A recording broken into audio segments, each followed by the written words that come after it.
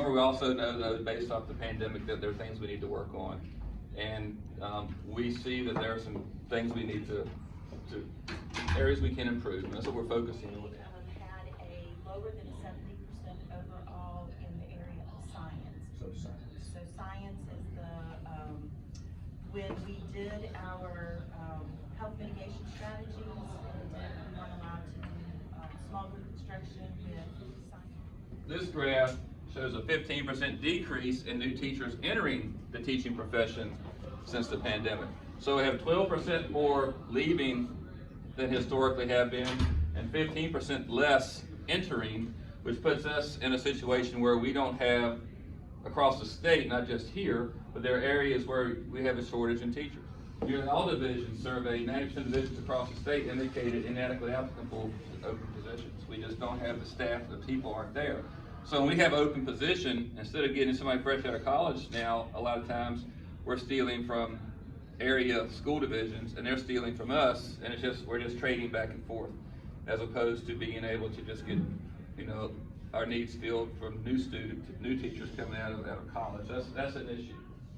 63% of the jobs lost have been women who are leaving the workforce. 90% of divisions reported that raising salaries would help recruit and retain teachers.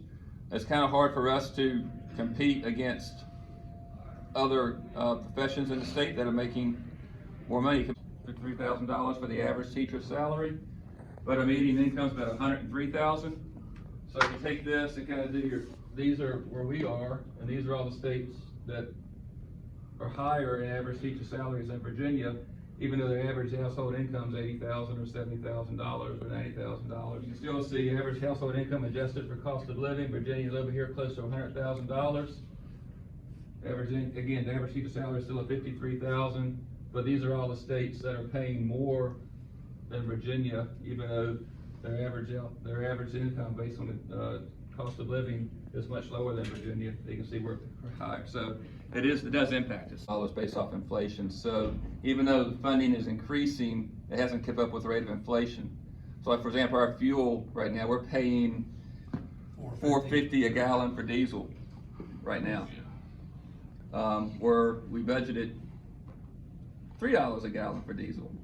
So where's that money? Money has to come from somewhere. The diesel cost, that's one area that's hitting us. So all these things add up into, and we run 65 buses a day.